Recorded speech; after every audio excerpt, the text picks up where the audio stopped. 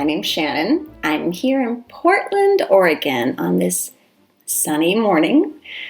I'm going to read you this book, Spoon by Krouse Rosenthal, illustrated by Scott Magoon. And this story is about a character named Spoon who is, he's not quite content with being a spoon. He starts to look around at all the other utensils, at all of his friends, and he starts to feel kind of jealous about the things that they can do that he can't do. Have you ever felt that way? Have you ever wished that you could do something that a friend could do or that one of your siblings could do? I know I have. Let's see what Spoon does about it. Spoon by Krouse Rosenthal, illustrated by Scott Magoon. And let me tell you how old this book is. This book was born, or we say copywritten, but I like to talk about when a book was born in 2009. So if this year is 2020, that makes this book 11 years old.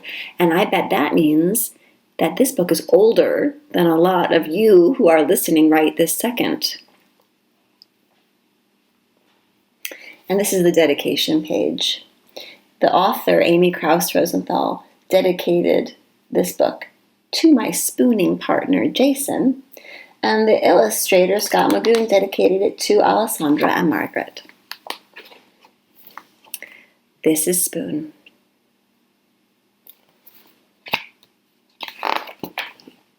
This is Spoon's family. Now, this is one of my favorite pages in the whole book. It's this 2-page spread that shows a whole variety of spoons, all the different spoons in the Spoon family, fancy ones and plain ones. And then over here in the corner, who's that?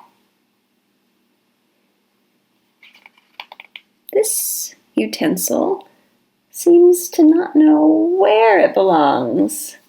Are they a fork? Are they a spoon? Oh gosh, a little bit sad over there. On Sundays, Spoon goes to his aunt to visit his Aunt Silver. He has to be on his very best behavior there. She's very fancy and proper. There she is. She is very beautiful. She says, "Goodbye, darling. Ta-ta." And there's little Spoon. He's even wearing a tie. At bedtime, Spoon likes to hear the story of his adventurous great-grandmother who fell in love with a dish and ran off to a distant land. Have you ever heard that nursery rhyme about the dish who ran away with a spoon?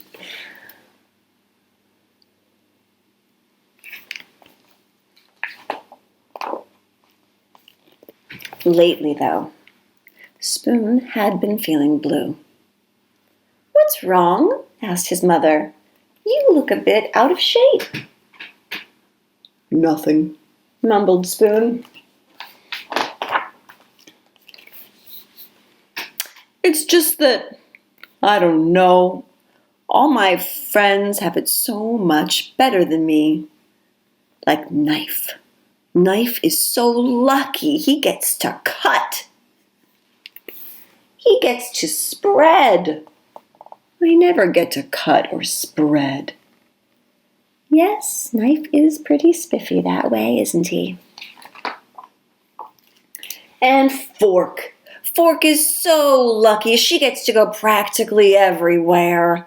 I bet she never goes stir crazy like I do. And there's Fork, here in the barbecue, here in a nice salad, here diving into a big piece of cake, and lassoing some spaghetti. Fork does get out and make herself useful, doesn't she? And Chopsticks. They're so lucky. Everyone thinks they're really cool and exotic. No one thinks I'm cool or exotic. those chopsticks are something else, aren't they? I do like chopsticks. Meanwhile, if only Spoon knew what his friends were saying at that very minute. What do you think his friends are saying? What's Knife saying? Spoon is so lucky, said Knife. He's so fun and easygoing. Everyone's so serious with me. No one's ever allowed to be silly with me like they are with Spoon. See how they're banging and clanging on pots and pans, making some fun sounds with Spoon? But you would not want to do that with a knife. That would not be safe. You've got to really be paying attention and be pretty serious with a knife. Let's see what Fork is saying. Spoon is so lucky, said Fork. He gets to measure stuff. No one ever does that with me. It'd be pretty hard to measure sugar with a fork, wouldn't it? It would go right through. Let's see what Chopsticks are saying. Spoon is so lucky, said Chopsticks. He can go places by himself. We could never function apart. It's a good point.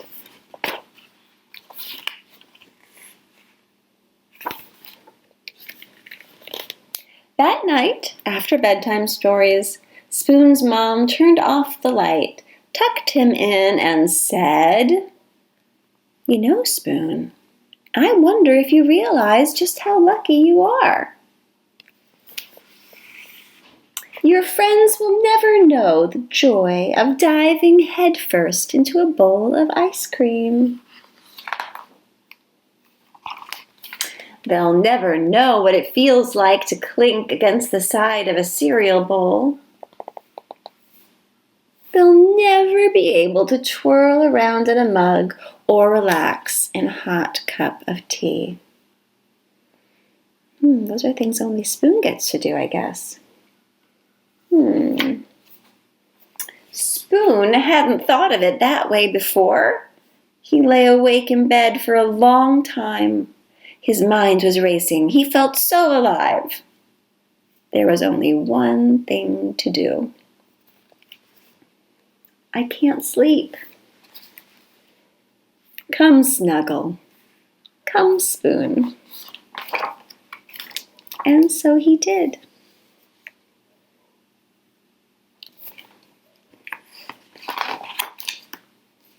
Sweet dreams. Look at all those special spoony sweet treats that Spoon's dreaming about.